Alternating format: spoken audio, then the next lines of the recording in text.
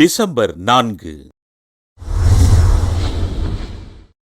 புனித யோவான் டமாசின்.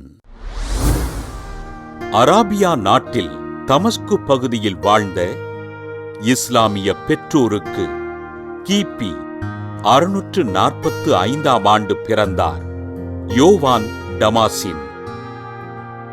யுகானா ஈஃபன் மன்சூர் என்ற இயற்பெயரினைக் கொண்ட இவர் சிறுவயது முதல் கிறிஸ்துவ விழுமியங்களை கடைபிடித்து வளர்ந்தார். இசை, வானியல், இறையியல் போன்ற பாடங்களில் சிறந்து விளங்கிய டமாசின் தன் தந்தையின் இறப்பிற்குப் பின் தமஸ்கு நகரின் தலைமை ஆலோசகராக பொறுப்பேற்றார்.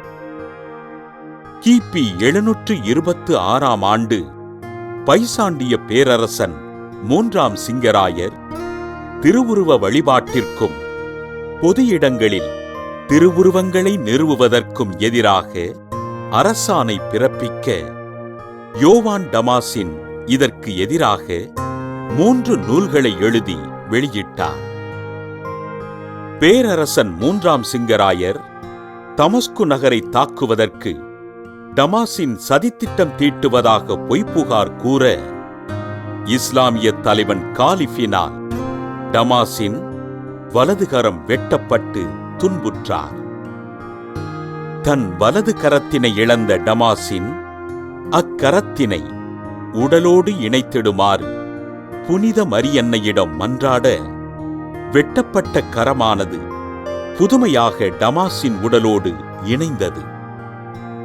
இந்நிகழ்விற்கு பின்பு தம் பணிகள் அனைத்தையும் உதறித்தள்ளிய டமாசின் துறவர பயிற்சி பெற்று எருசலேமின் மறைத்தந்தை 5ஆம் யோவானின் திருக்கரங்களால் குருவாக அருட்பொழிவு பெற்றார்.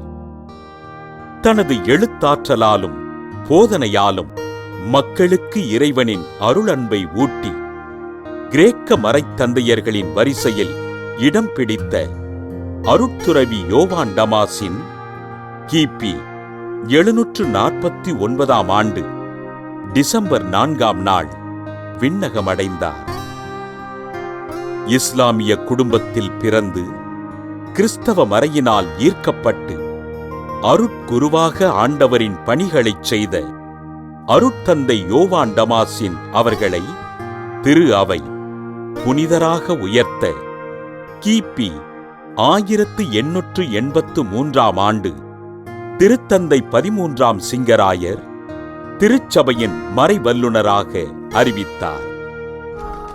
புனித யோவான் டமாசின் திருவிழாவினை கொண்டாடுகின்ற நாம் பொய்யான புகாரினால் கைது செய்யப்பட்டு தண்டனை அனுபவிக்கின்ற சகோதர சகோதரிகளை ஆண்டவர் விடுவித்து பாதுகாக்கும்படி ஜெபிப்போம்.